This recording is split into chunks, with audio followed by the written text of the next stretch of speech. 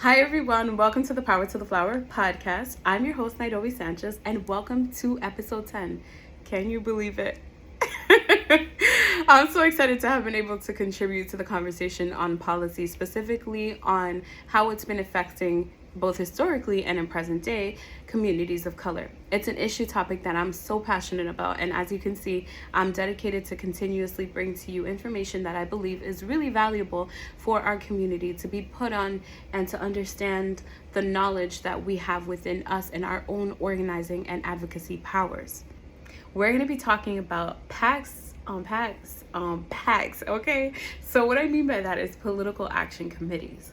Political action committees are really important because they are organizations that collect a pool of money from its members in order to fund campaigns, ballot initiatives, or specifically a slate or individual candidates that may be opposing or supporting the purpose of why that PAC was founded.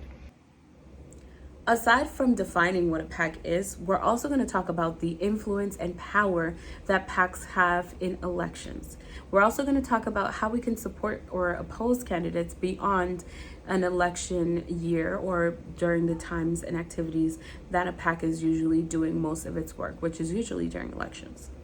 We're also then going to talk about the responsibility of the members and the relationship that the members or the donors, right, the PAC contributors will have with the PAC itself, along with the candidates that are opposed or supported through the PAC organization as a whole. On top of that, I also want to make sure we cover the contribution limits because it's really important that we understand the financial obligations of a PAC, not just to create one and maintain a PAC, but also the financial obligation of a contributor. It's really important that the contributors, like myself, know that there are limits to how much we can actually contribute on a yearly basis. And it should be explained to you by the PAC that is allowing for you to donate to them, but you should know what that is. And this is what we're going to talk about today. So I'm going to cover all of those different limitations and what we can do beyond knowing what a PAC does and what the power of a PAC is, what types of PACs actually exist on the federal level, on the state level, and even on the local level where we can put our voices up to advocate in different arenas of PAC committees. Individuals donating to a political action committee should know that it's beyond the cause and it's certainly beyond your donation. But before you start to donate, you should know what your limitations are. On a state level, in the state of Massachusetts, the limits are $500 an annual year per political action committee. Okay, so you should know that on top of that, there are also contribution limits that a political campaign can accept from a PAC.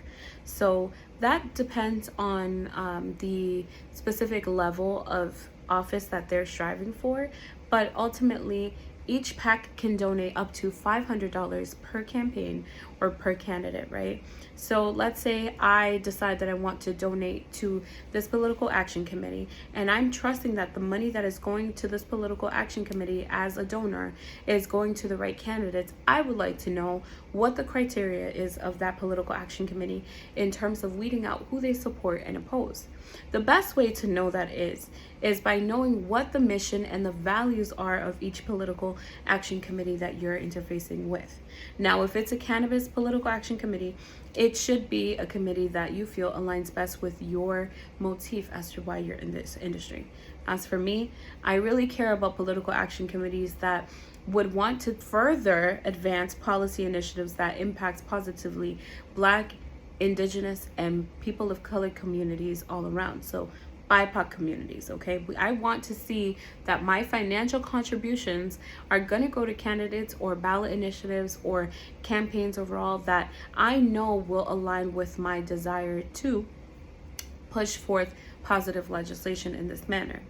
Now, the only way to really know that is by seeing the candidate questionnaire forms or even the missions and the values. What are they asking of these candidates? And sometimes, how do they even decide what candidates they want to weed out of the process? Is it something that they already know from the jump?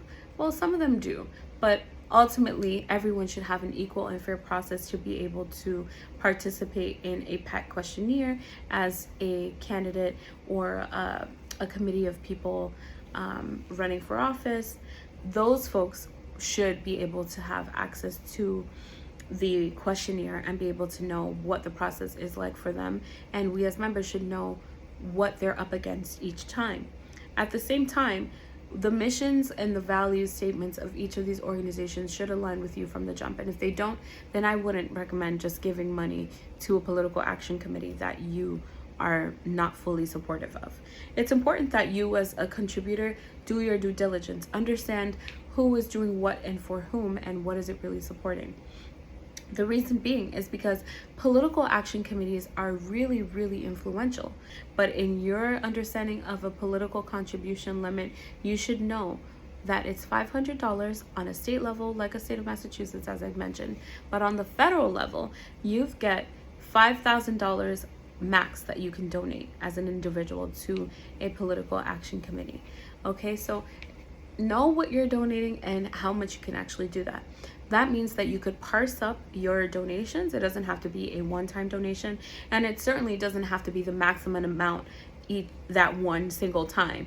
You can decide if you want to do $25 each time and you can reach your limit up until when you reach it, or if you would like to donate them in increments, that also makes sense for you too. This is important too, because when you're donating to candidates as an individual, if you decide to donate to an individual candidate's campaign committee, you can do that by going ahead and doing that donation with their own system as well. But your individual contribution is a higher limit when you're donating to a direct candidate themselves versus the political committee. The political action committee is $500, and the individual contribution limit for a campaign is $1,000 per individual in the state of Massachusetts. So those are things to just keep in mind and to keep note of.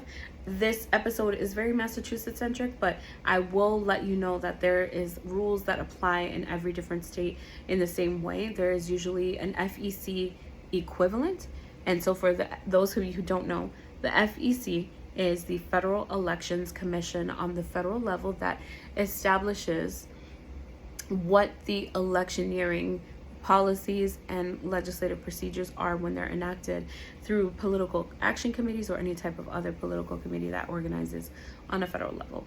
So yes, can congressional candidates and presidential candidates and things like that, can the senators also be able to participate in PAC funding? Yes, they are. So knowing that every candidate on every level can participate in receiving PAC money, you should know that your level of influence as an individual gets to go beyond in different ways. So we talk about advocacy through voting. We've talked about advocacy through going to the legislature and speaking up on behalf of a policy issue itself. But this is another type of advocacy that could make sense for you because those political action committees tend to already have their issues that they align with, along with the outreach that they can do directly on your behalf to ensure that the issues that we're looking to all commonly support are fully and properly passed. The influence of political action committees during an election year goes well beyond just funding campaigns. When you are actively participating in campaigns as a political action committee, you can do a couple things, like grassroots organizing. You can either decide to support or oppose candidates by knocking on doors, phone banking, and doing things of that nature, even sending out a mailer on behalf of the candidates that you either support or oppose in an election year. And you can do this off election year as well, but just keeping in mind that that's the time where most of the activity is actually done.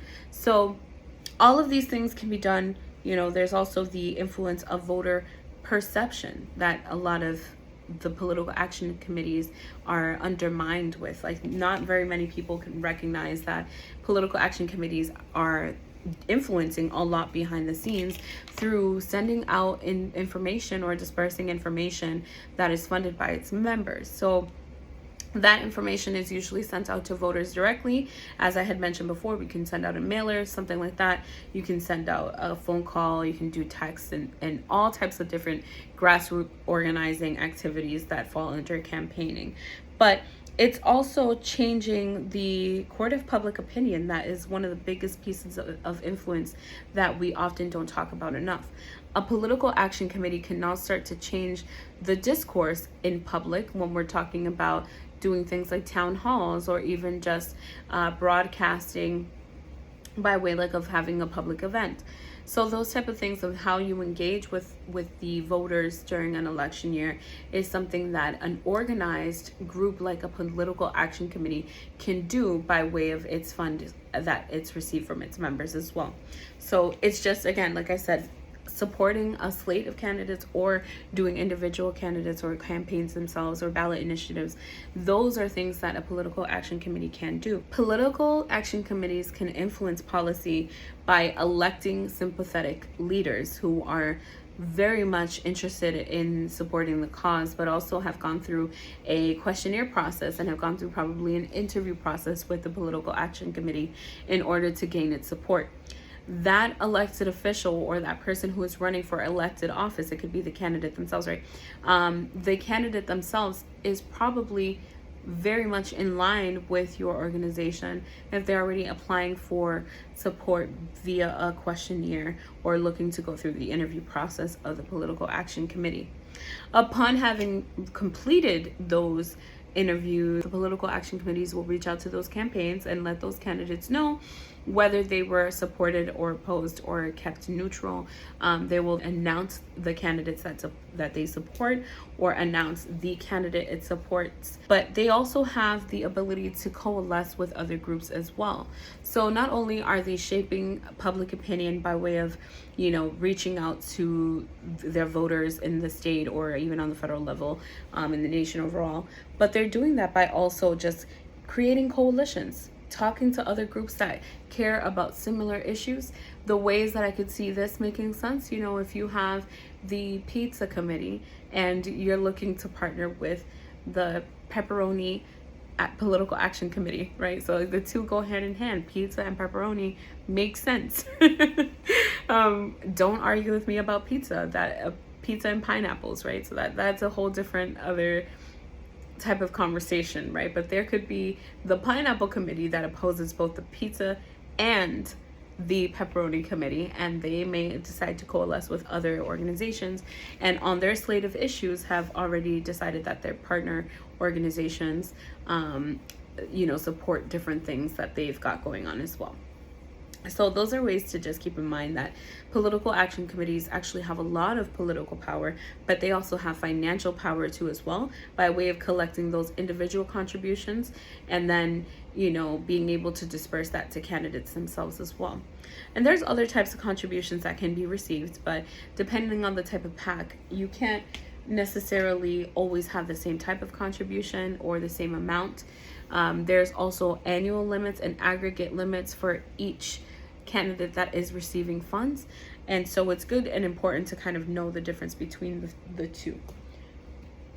Lastly, the influence on policy also by electing sympathetic leaders that are really interested in supporting the cause of what we're looking to push forth. So if I were a cannabis political action committee, or a part of that political action committee, the political action committee would support candidates who oppose or are sympathetic to cannabis policies that are in favor of whatever the purpose of that political committee was formed.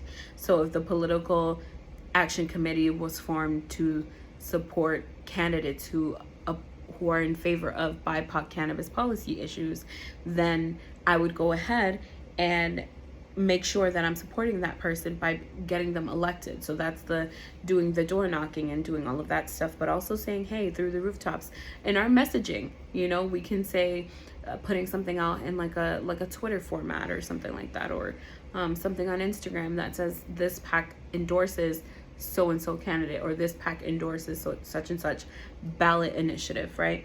And those are the type of ways in which we can stay engaged as members and both as political action committees as a whole.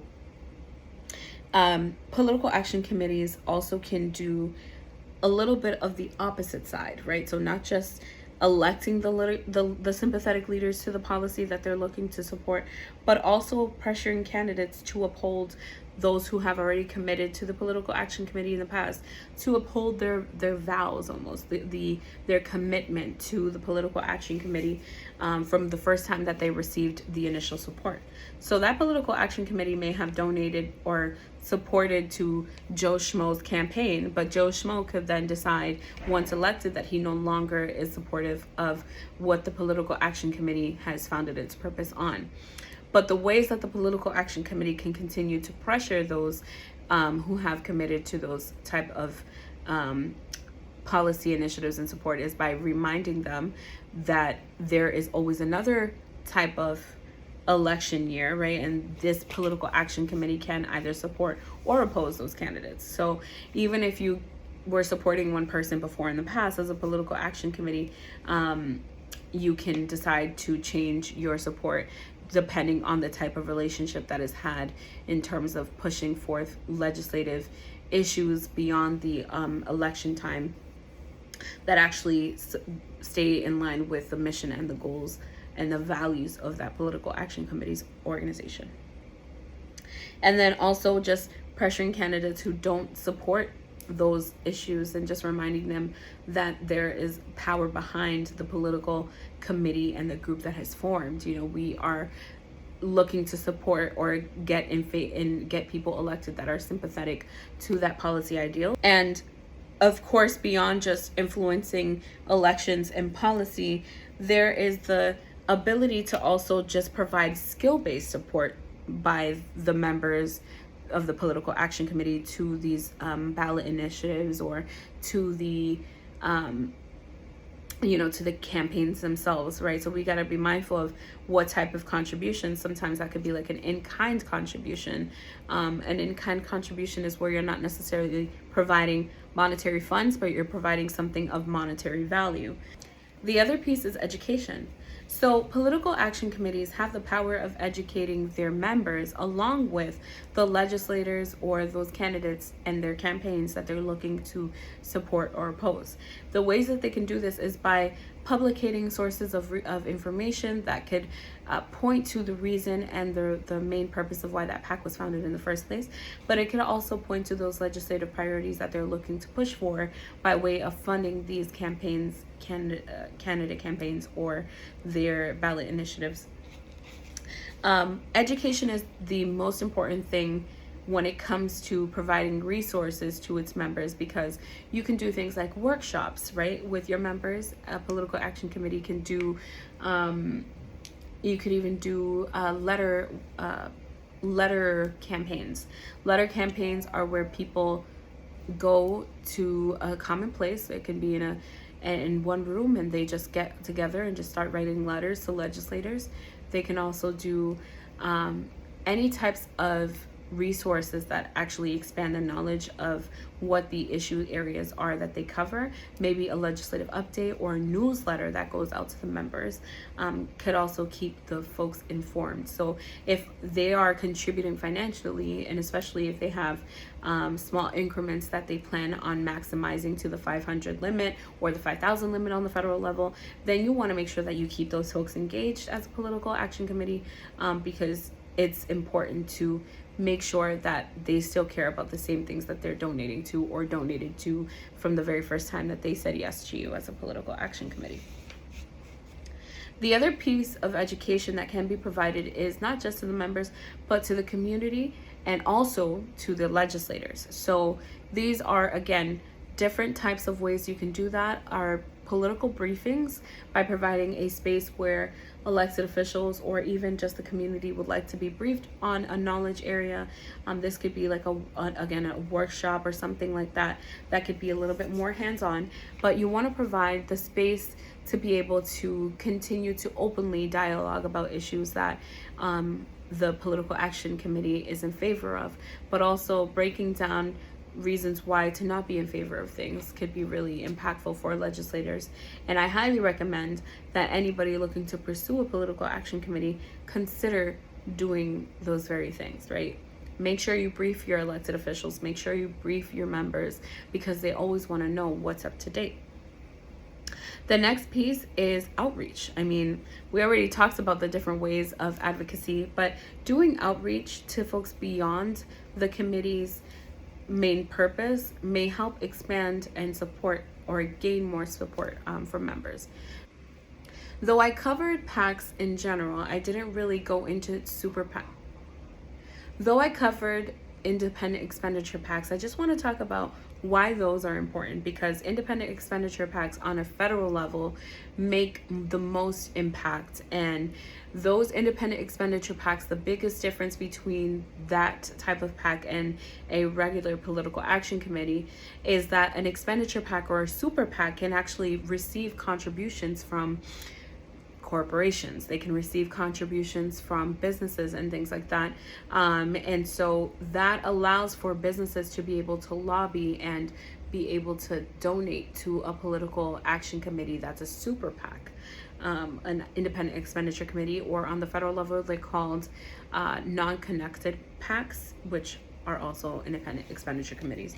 Non-connected means that they don't connect with or do collegial work with campaigns the same way that political, regular, normal, traditional political action committees get to do as well. So you start to see the type of level of advocacy at the different types of levels of PAC organizing. So the grassroots type of work you'll see more with a regular PAC, because you can collect the most contributions from individuals, right? So you can collect a limited amounts of funds from individuals as a whole, but each individual has a cap amount of $500 that they can donate to a political action committee. With a super PAC, there's unlimited amounts of funds that can be raised to be able to use those funds to use that money to support or oppose candidate initiatives or candidates themselves, without necessarily contributing to one person's campaign. They can do like a radio ad or something that opposes or supports a candidate.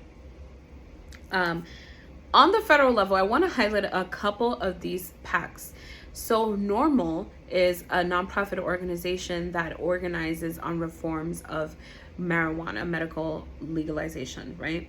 NORML's PAC is a political arm of that nonprofit. So for your own personal information, those who can actually create a political action committee are anyone ranging from a nonprofit, an individual, a group of individuals, at minimum 2 folks to be able to be the chair and the treasurer when founding the PAC, and then also having individual founding members that might go ahead and go beyond that form of PAC leadership.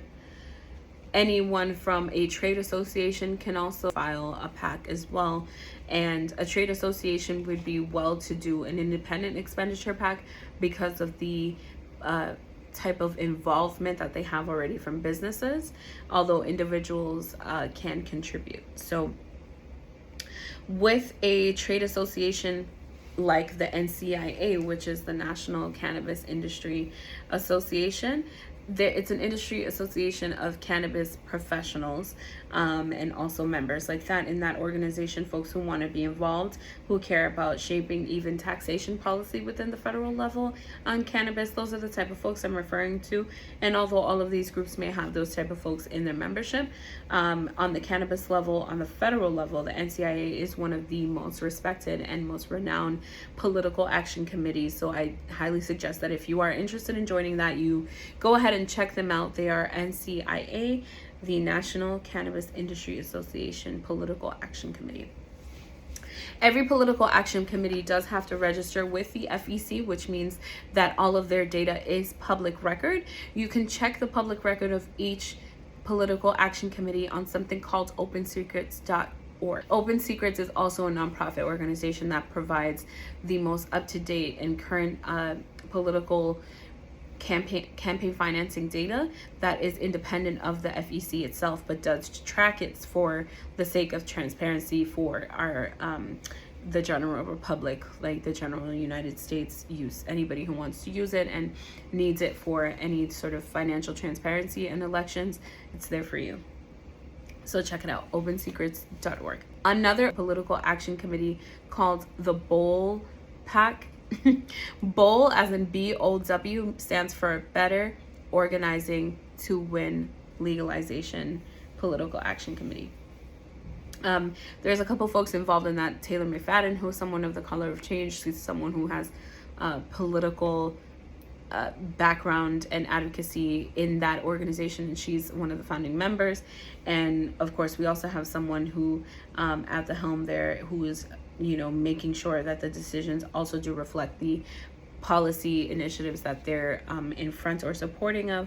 If you check out their website, they have their own mission and their own issues that they're supporting by way of like doing letter campaigns, as I had mentioned earlier. So letter campaigns means writing to a legislator and letting them know how you feel about a specific policy issue. So they keep their members engaged, and they offer you to enjoy these type of perks by involving yourself a little bit with the PAC itself, and you can go ahead and check them out. They stand for, mostly what I really care is that right in the premise of when they're talking about their purpose of their PAC, it very clearly to me signals that they are in favor of BIPOC issues that affect people in the cannabis industry by way of legalizing and ending federal prohibition is one of their statements, but also providing justice to those who were harmed by the war on drugs. As you know, we care about that particular issue, and we want to make sure that we're reparative of it on this podcast. So of course, I personally would be in favor of a political action committee that aligns with those issues.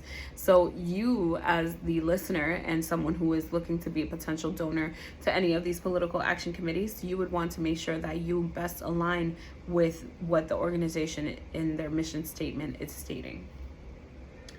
Other organizations that may have a political action committee on the independent expenditure side are cannabis companies that actually do have a political action committee arm. So one of those is Kronos, and Cannabis Growth is another one. And I also want to give a shout out to Dutchy, because Dutchy is a national service provider to the point of sale system of many of these cannabis dispensaries. But Dutchy knows that they have to operate in many different states, so they created their own PAC, their own super PAC, and you can find where their contributions have been to each and every one of those candidates that they're supporting by way of looking at their information and data on opensecrets.gov. There's a lot to do there, but if you go onto their website, you can search in the specific name for the political action committee you're searching for on the federal level. So if there's another political action committee that's not related to cannabis and you want to find them, they should be there. One of those is like Emily's List, and that's an organization that supports female candidates, right, to elected office that are aligned with their progressive values, and so on and so forth. So these MSOs that I had just mentioned, or multi-state operators, like Cannabis Growth, and even Dutchy in some sense is an MSO, though they are, a company that provides a technological support, they are still a multi-state operator. So under that context, we want to be able to understand why they have those type of IE PACs, or the independent expenditure PACs, as opposed to just a regular political action committee. And that lies in the root of what they're legally able to do. So for us, it's really important to be educated on these things, but even for them, they know how they're deciding to get involved politically.